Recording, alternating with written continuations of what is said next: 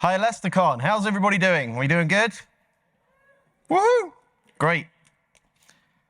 So I am here to talk to you about cost saving and environmental benefits you can get with real-time full-stack profiling. So I think first of all, I should start with what is profiling. Now, profiling, I think I looked this up on ChatGPT, which everybody probably knows about at the moment, and it said, if you want to explain this like to a 5-year-old, it's like playing hide and seek with the CPU. So the CPU is hiding what's running, its instructions, what's happening there.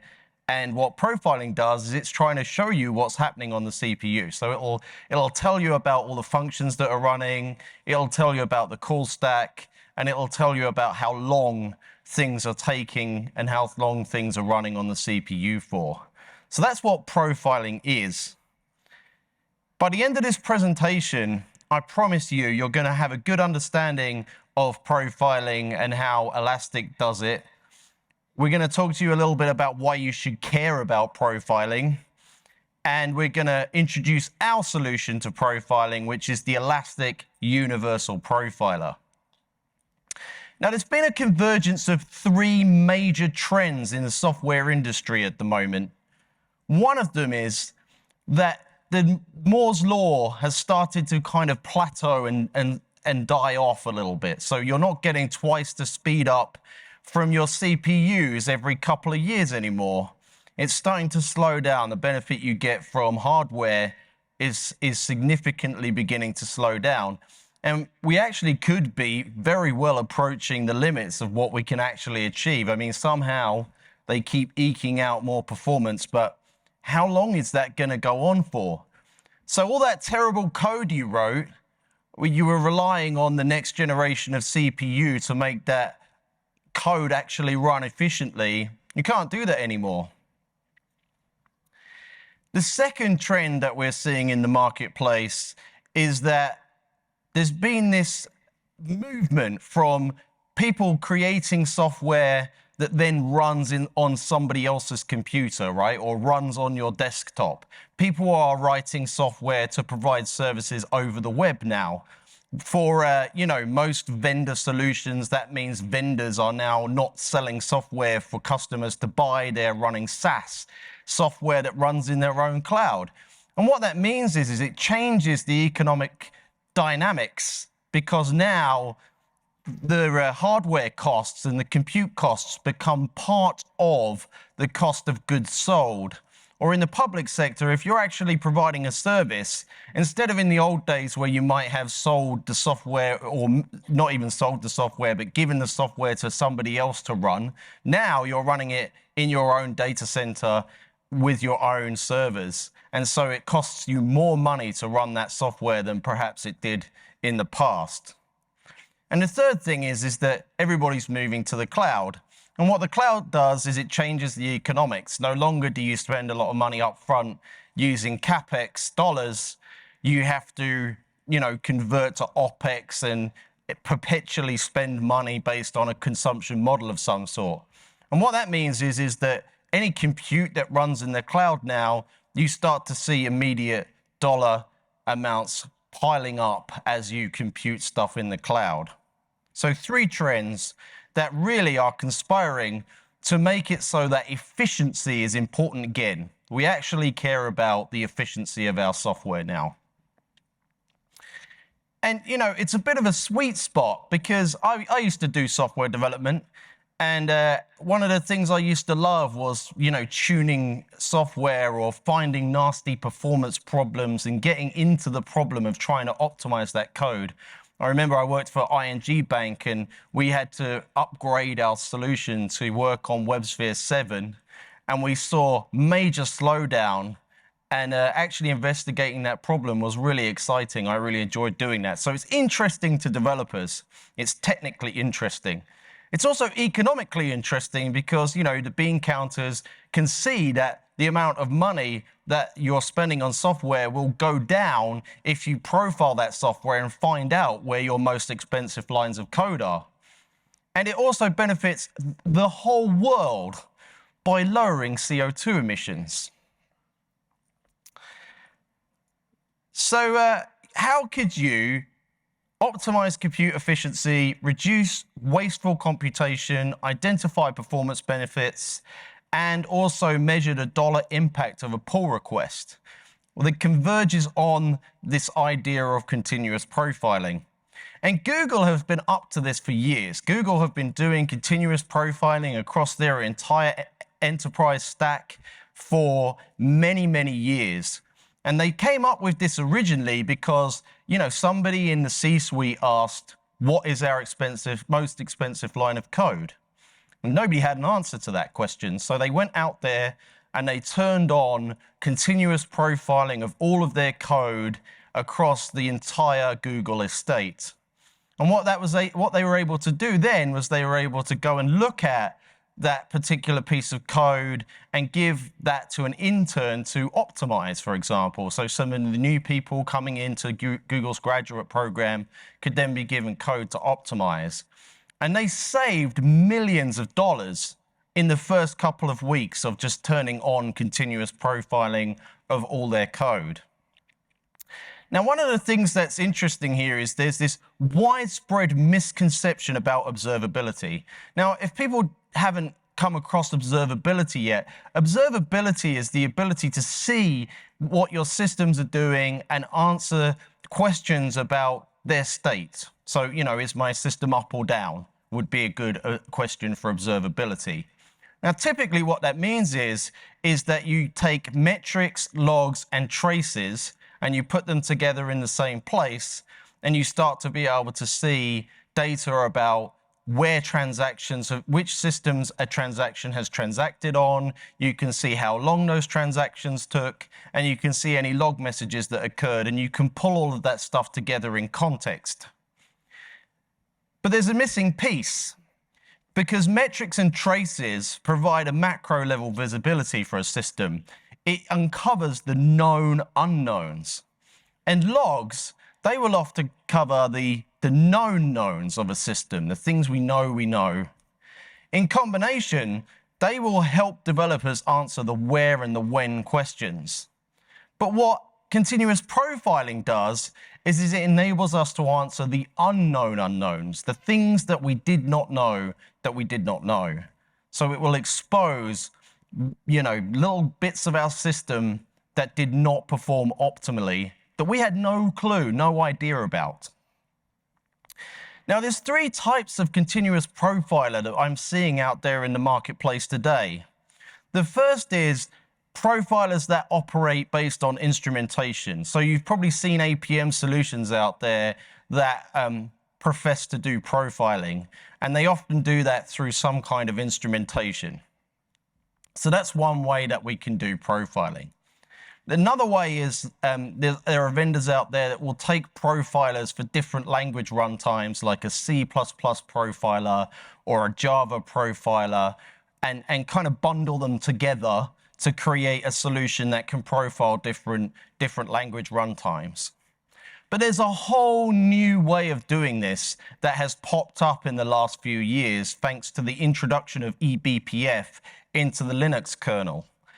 And these profilers are able to see the entire system and everything that's running, and they can do so at low overhead. Unfortunately, even with all of those different profiling types, including the ones that I mentioned that do eBPF, none of them can support C or C++ or Rust code without using symbols in production. So there's a unique advantage that Elastic has innovated around, which is being able to do this profiling without needing symbols. None of these offerings can support third-party C and C++ libraries. Most offerings require some kind of instrumentation and sit in the first camp of instrumentation profilers. Many offerings are limited to x86 architectures only. All of the offerings you see out there have a very restrictive set of runtimes that they support, maybe only 2 or 3 different runtimes. And none of them support whole system visibility. So everywhere from the kernel and everything that's running on the system, none of them get into all of that code that's running, not just the code that you have written. You want to be able to see all of the code. And so that's what Elastic Universal Profiling that we introduced in our latest release has aimed to solve. We are eBPF, which makes us unobtrusive and frictionless. So you don't have to instrument your code to get, the benefits of the universal profiling solution, which means that you can just deploy an agent and immediately it starts running. You don't have to, do any app restarts or anything like that. So immediate ROI. We give you whole system visibility so that you can see into even the Kubernetes components that are supporting your applications. There's a great example of a customer who actually used the Universal Profiler to figure out that Kubernetes was causing a major problem when they had an application that was deployed onto Kubernetes with a very large directory structure. Kubernetes was trying to traverse that and causing major problems, and we were able to expose that problem using the Elastic Universal Profiler. We can support many, many different language runtimes. So, with the same agent, with the same profiler, not different profilers, the same profiler, we can support C and C++, Rust and Go, PHP and Python, Java, Ruby, Perl, and Node.js. And it operates with extremely low overhead. So, it takes up less than 1% of the CPU and less than 250 megabytes of memory to install. And we've included an automatic efficiency calculator in there. So you can see how much money you save when you optimize a particular piece of code. It'll also show you what, in terms of CO2 emissions, you might be able to reduce as well. And so here's some examples of some companies that were able to get a benefit from Elastic Universal Profiling. The first one here, a biometric company and a machine learning startup. In fact, this one's really interesting because you'll see a mention of XGBoost in here. If you're not aware of XGBoost, it's one of the most prolific machine learning algorithms out there. And the profiler was able to help somebody get a performance boost from that algorithm by changing the code. We use it ourselves. So we've been using the Universal Profiler on our own products to get greater efficiencies and indeed create a solution that will be much more performant for you, our customers. And then in the defense sector, we've got a program analysis company. We can't say which one, obviously, but they had a situation where they were using a library in the wrong way, and they were able to do a 2-line code change and improve the total application speed by as much as 20%. And there's some others there. You can see one where they managed to increase the throughput on a hot path by 463%, which is a big number. And if you look down there as well, we've got somebody from AWS themselves saying that this was a really great product to help them understand the before and after as well, because quite often what you want to be able to do is you want to be able to compare what happened on the CPU at one time with another time, and you can compare and see those differences using this tool. So this is the Elasticsearch platform, and you've probably seen this before. In the Universal Profiling product that we've just released and just introduced, it sits inside the observability space.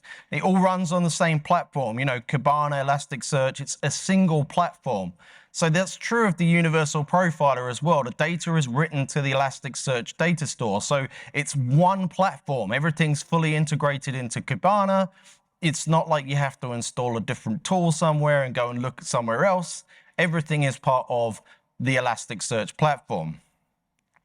From an observability perspective, we've got a lot of people out there who know about us from our Logstash, Kibana, Elasticsearch parts of our product.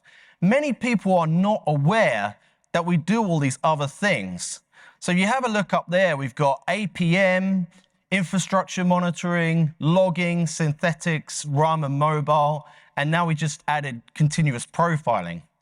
But it's worth paying attention to this because a lot of people are using the product suite out there and have no idea that we had all of this in the product.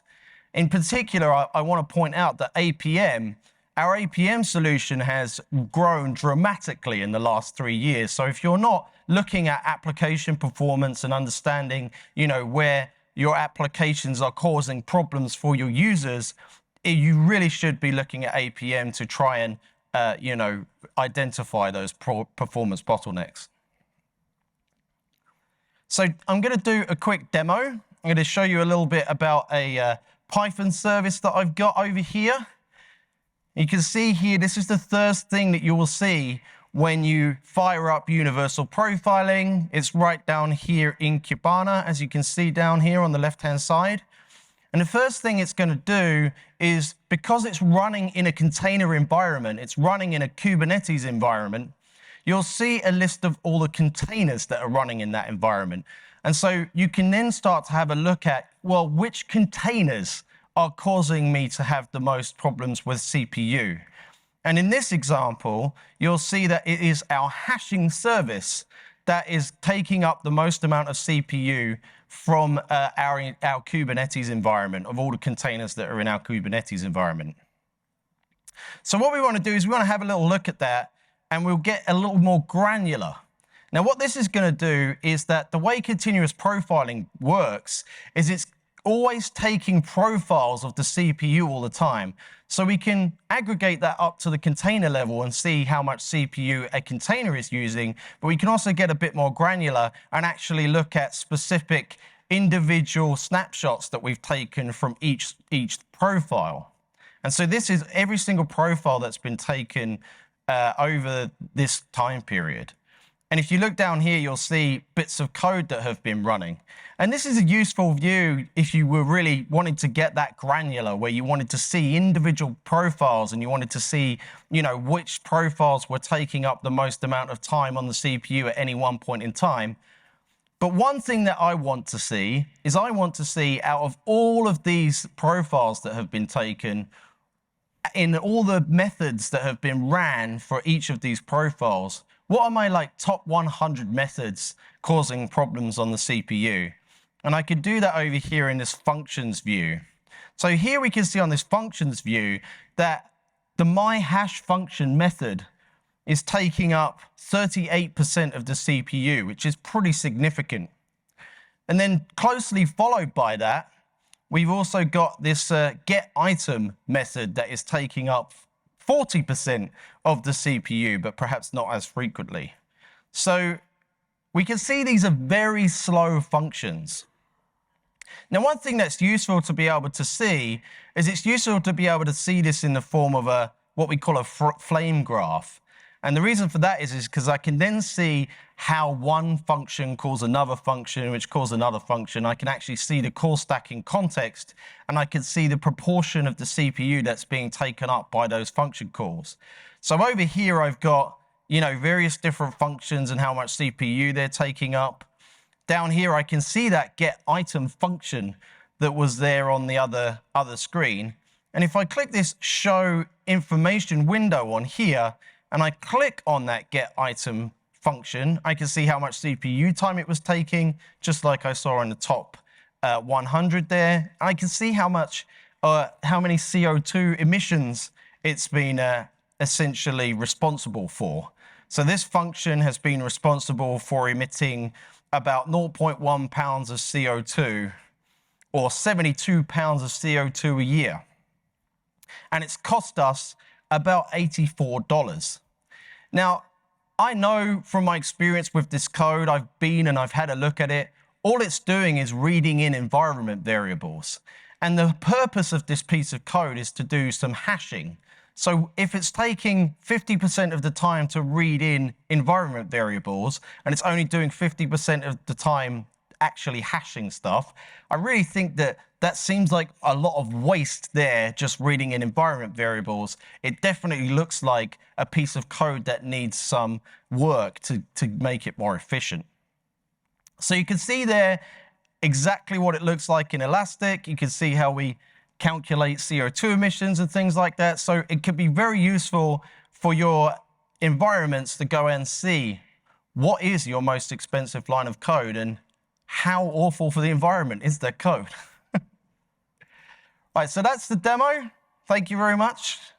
So what's next for universal profiling? We can see on the screen here, we've got logging is our bread and butter. It's the thing that Elastic does best.